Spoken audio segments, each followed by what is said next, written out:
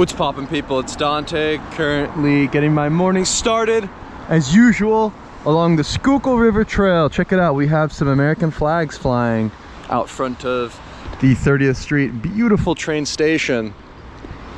And here we go. You can create a new world in a fraction of a second. You know, there's something powerful about using photography as a way to affirm life itself. With each click of the shutter, you are given the opportunity to create something from nothing. Looking out towards the moon this morning, that's beautiful. It looks like we have, looks almost like a full moon. What is today, May 26th? How does the moon cycle work? At the end of each month, does it become full? How many licks does it take to get to the center of a Tootsie Pop? You know, the Tootsie Pop branding looks super classic and beautiful, actually. There's something about their branding that is enticing. You know, considering these posters here from the Revolutionary Communists of America, red, white, and black, right? These very powerful colors, they're very striking and enticing. However, I'm reminded of Independence Day.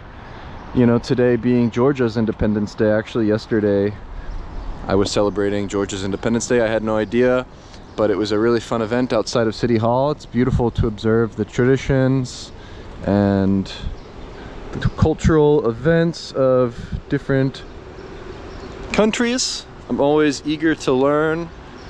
You know, I just stay curious. You know, frankly, I didn't even know which country was celebrating at first. You know, I was, you know, interested. I sort of stumble into this event spontaneously. I see the flag, you know, the white and red crosses, and I actually didn't know which country this was.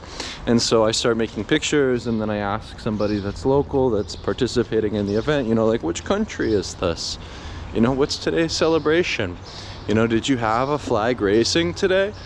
And they said, yeah, you know, but this is Georgia's Independence Day. Tomorrow is the day, and we're celebrating, and, you know, we're participating outside here with some music and dance, and I see all these beautiful clothes and people gathered. And, you know, I often photograph the flag raisings outside of City Hall.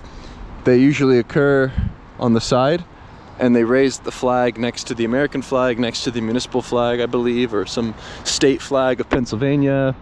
And it's quite nice. You know, I like participating in these flag raisings and observing different cultural events. And, you know, Philly is so rich with these events throughout the summer. You'll often see parades, you'll often see gatherings on the stage, as we had yesterday in Dilworth Plaza, with music and dance. Even in Love Park, in our famous Love Park, just across the street, there was a stage with some punk rock sounding music. They had a variety of events, you know. They had some live musicians performing, perhaps local guys, maybe a local band, and some traditional stuff happening across the street. So, you know, it was a really lively day. It seems that Philly is coming alive in the summer. Lots of flags. I see a Trump flag and an Israel flag next to each other. You know, it's interesting how the American flags are raised outside of 30th Street Station. They're only ever raised during particular seasons. You know, considering Memorial Day tomorrow, you know, perhaps they got them ready for that day. I know that the Vice President visited recently as well, and it seemed that when she visited, they raised them. You know, they're always raised for events. They don't ever really stay waving throughout the year, though. And I always think that's kind of strange, you know, where I go into the Wanamaker building to listen to the beautiful organ sound, and they really only ever have the flags raising during certain seasons, you know. There's a bunch of flag posts, and the Wanamaker building traditionally was draped with all of the American flags, and now they're very sparingly used. And I'm reminded of the independence of the United States, right? July 4th, 1776, the 4th of July. Last summer in 2023, yeah, I decided to check out Independence Hall, you know, the birthplace of America, right? This very historic and important day in our history here. Oh man, there's a bird on top of the sculpture. Please don't. Oh, it flew off. Man, come back, birdie. I need to put some food up there and get a photo of. I really want to photograph this statue with the bird that passes by. I think that would be so nice. There's just such potential with this statue. I think it's such a cool sculpture. You know, there's something about sculptures, and I believe sculptures uplift the human spirit. You know, sculptures like this specifically that showcase the human body in its peak and optimal physical conditions with muscles and definition and tone, you know, core section and biceps and interesting gestures and postures where it showcases somebody in this sort of magical position, right? Where he's almost just floating on top of this cloud. It's like he's floating on top of the world, and you know, that to me uplifts the spirit. You know, that to me uplifts humanity. You know, there's something about the grandeur of a sculpture and the way that it champions humanity, and I'm reminded that this should be our goal as street photographers, is to uplift and champion humanity to new heights, right? However, it seems that people like to tear down the human spirit. Some people like to tear things down. You know, I'm reminded of my time last year during the 4th of July celebration. I was just curious, you know, is there going to be like music happening, maybe some sort of cultural event for the United States, you know, like maybe I'll go to the Independence Hall and like check it out and see what's going on. And so when I arrived at Independence Hall and when I stumbled across the event that was occurring, you know, I was baffled, I was confused, I was honestly just amused simultaneously as a group began tearing the United States of America's flag down to the ground. They burnt it on fire, from what I remember. You know, I recorded a video of it to just keep for, you know, documentary sort of historic purposes, if you will, and I have it on my channel somewhere, like flag burning or something on the 4th of July from last summer. And you know, as they tore this flag down to the ground, you know, these very weak people, and I believe weak both spiritually, emotionally, physically, mentally. I think there's something that's so weakened in the souls of these people where they pridefully, or proud, you know, they're very proud to hold up the Communist Manifesto, you know, some sort of red document, some red sort of like communist papers, and you know, we're expressing how they would like some sort of revolution, some sort of communist revolution, you know, on the 4th of July, on America's independence, sort of just tearing the flag down, tearing others down. Where I find that these weak people, maybe these are the biggest threats to society at large, right? The weak, you know, they envy the strong. Good morning, bro. Good to see you, bro. Hey. Yeah, dude, that guy's always riding his bike. It's so cool to see him again. I think whenever I meet people often on the same trail, I'm always just, you know, it's just nice to see a smiling face, you know? It's nice to see kindness and just genuine connection with other people. It kind of just makes the day. And yeah, I love seeing the same people each day. I love, you know, spreading kindness, and I love when other people acknowledge you. I think it's a good thing to be around others. However, the weak, the ugly, this, you know, frankly, like maybe they're just like sad about the current state of things. Maybe they're mentally unwell. I don't really know. I think it's just like a combination of things. You know, where I think of communism, right? It's just bringing everyone down to base level poverty. You know, where capitalism, it gives everybody the opportunity to accrue capital, to accrue wealth, you know, to gain power and to ascend to new heights. You know, I think that's the beauty of the United States. It gives everybody this equal opportunity. However, the weak, maybe struggling to find their place in society, want everybody to join them, right? Come to our base level, come down with us, burn everything down, you know, let's revolt, right? Let's tear people down from the strings and sort of be the little gremlins behind the scenes, you know, and they kind of do it with this nastiness and pride that it's unfortunate. Slippery water. And so yeah, that's just some random thoughts. I mean, it sparked, you know, I like to share these candid thoughts as I just look at things, right? Looking at the posters. You know, I don't really come out here with anything on my mind. I kind of just like to go for a walk and just speak about whatever comes to mind, whatever I perceive.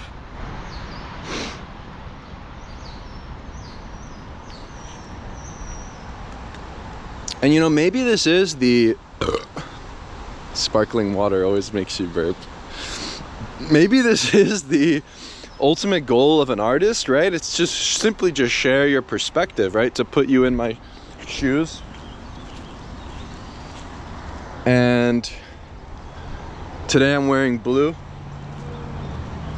I like wearing bright colors. Yesterday I was wearing bright purple. I like these matching outfits.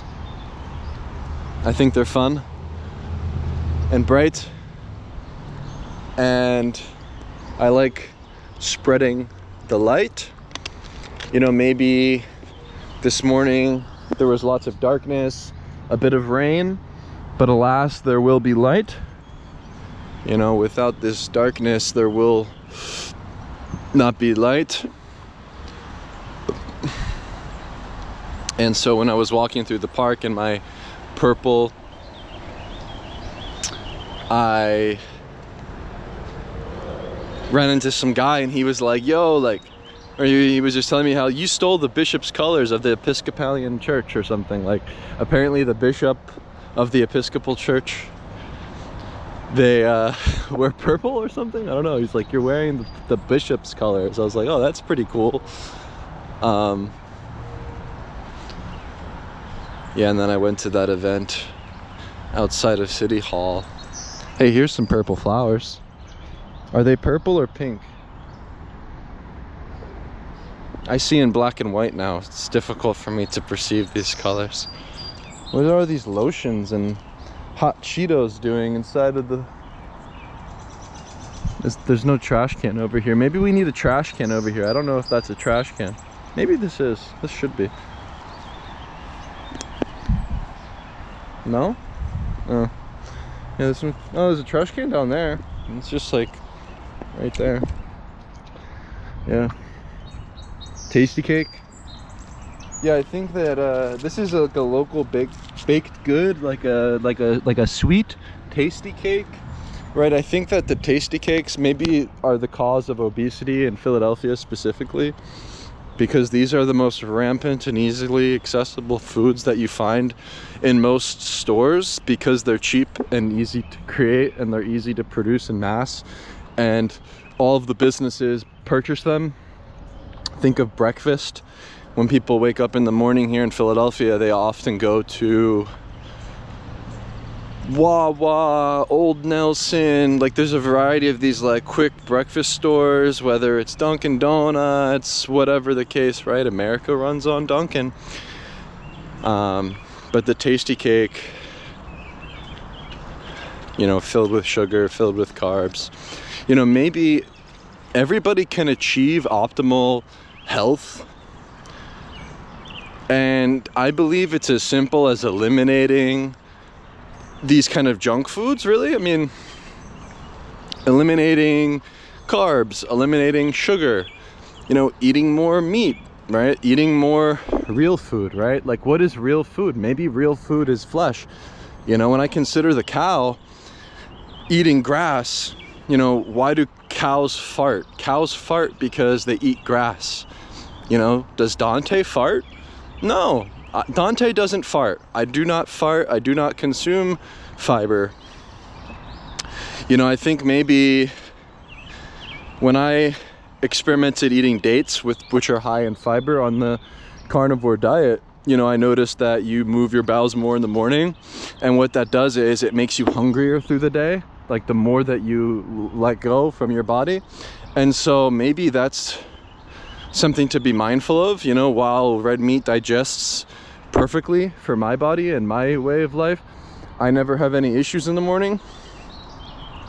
But when you increase the fiber, what that does is it increases the amount that you let out, and ultimately this makes you feel hungrier, where I believe when you eat the red meat, the goal is for the nutrients to fill you and to go through your body and increase your muscle mass. But yeah, cows fart because they eat that stuff. They eat the green stuff.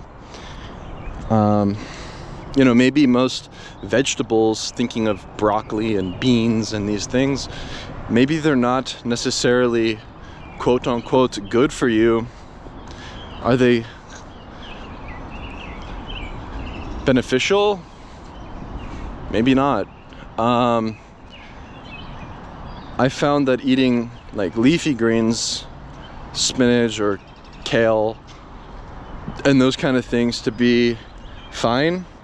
But and then also kimchi, all right, the fermented kimchi, I pretty much ate that every day for a year, just to give my gut this nice probiotic, this, you know, sort of good leafy cabbage food as a side. But nowadays I don't eat any sides. I just eat meat, just 100%. And what's interesting is you just don't feel hungry, right? I mean, maybe at a particular point in the day towards 3 p.m., I'd say, you start to feel the urge to want to eat. I'd say around 3 p.m. in the day. However, I wait until around 5:30 to then cook my meal. And I actually believe that the problem with modernity, I believe modernity just crushes the human spirit, the human drive to achieve greatness, to achieve this sort of physical supreme state. You know, where you're mostly sitting down in the day in an office or working a modern job or operating a vehicle, you know, driving to the city to then sit down once more. I say if you're one that likes to get up and move and stand, you know, maybe we must design our lives in a way that if somebody tells us to sit down, you know, we say no. You know, I don't abide by that protocol. You know, I actually care about my health. You know, I think that maybe we sit down too much generally in modernity.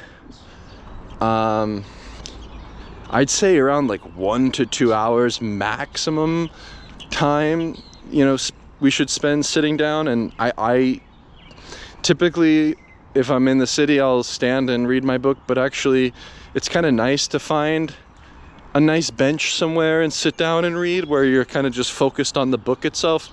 I'm recently reading Twilight of Idols by Nietzsche. It's pretty good. It's a short one. I should finish it today or tomorrow. And yeah, I've been really enjoying reading Nietzsche. I think going through all of his books has been a pretty good time. I think going through an entire author's catalog of work is maybe the best way to read, it seems, where you really get to understand how they view the world, you know, and to understand their philosophy. You know, maybe reading for enjoyment is nice, where I like reading philosophy now because it's just enjoyable. It's nice. It's refreshing. It gives you more ideas and more things to think about.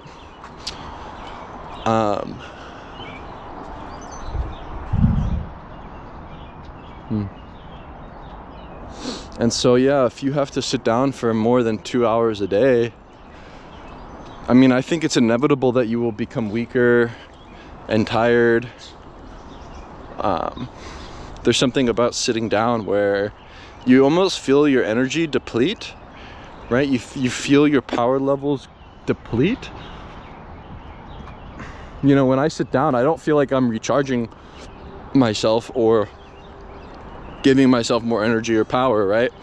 I feel like when I'm actually moving, right, where the motivation's in the legs, or if I'm actually like weightlifting or doing simple things like I personally enjoy doing, like if you want to build strength, I find that push-ups, pull-ups, pistol squats, dips, L-sits, I've been implementing lateral raises, you know, just really simple sort of calisthenics, and then the farmer's walk with dumbbells. Yeah, these things are really, really, really easy to do, and I can knock this kind of routine out in the morning in 10 to 15 minutes, which has been working for me. I mean, I see results, you know. I don't really enjoy slaving away and doing all these reps and sitting in the gym for hours at end. You know, I think you can simply do things at home. I think that you can purchase, you know, gymnastic rings and find a tree in a park and just build strength that way. I think it's extremely simple. That's what I did when I was a Peace Corps volunteer in the village of Zambia, Africa, you know, where in the village we did not have a gym. However, I created one. I actually purchased dumbbells. I purchased a barbell. I started a little program where we were all lifting in the morning before we went to work. But the reason why the people of Zambia, Africa, and I'd say Africa generally, are extremely physically strong and capable is because the work that they do is both physically demanding and requires physical strength, right? There's a reason why there isn't much obesity in these parts of the world, and I think it's something worth considering, right? This kind of stuff shapes my worldview, where I feel as though the modern city, the landscape that's in front of me here, you know, it almost just goes against our natural instincts and will to power itself. And yeah, maybe the return to the primal way of life is good. Sublime morning. It rained a bit. I saw some beautiful clouds from my window. I was waiting for the rain. I'm eager to get out before the sun rises. Looks like it's starting to rise now. Looks like there's some sort of interesting scent in the air, you know, surrounded by these plants now covered with rain, and it's kind of nice. Using the macro mode on the Ricoh. Just curious, you know. I think what waking up before sunrise does is, you know, when you go to bed super early and you get a good night's sleep, you know, I believe this is where you refuel your tank. You know, this is where you recharge your battery to full power, where the sunlight throughout the day fuels it. You know, it's like you're plugging in your iPhone for a quick charge with the sun. But when you really do get a good night's sleep and you wake up with this immense power, I mean, it's just inevitable that you will be curious and want to go out there and see the world, explore, try new things. And so that is,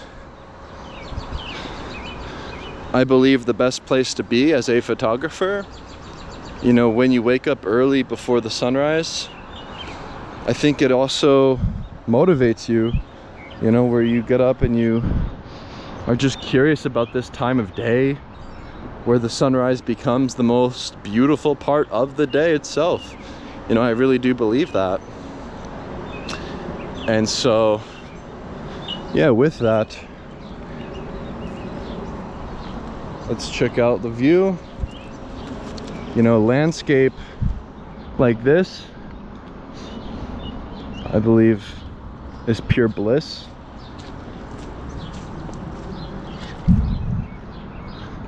And it definitely fuels me with happiness. So there's something about visiting these spaces, but maybe the happiness is merely a byproduct of the power that it makes you feel.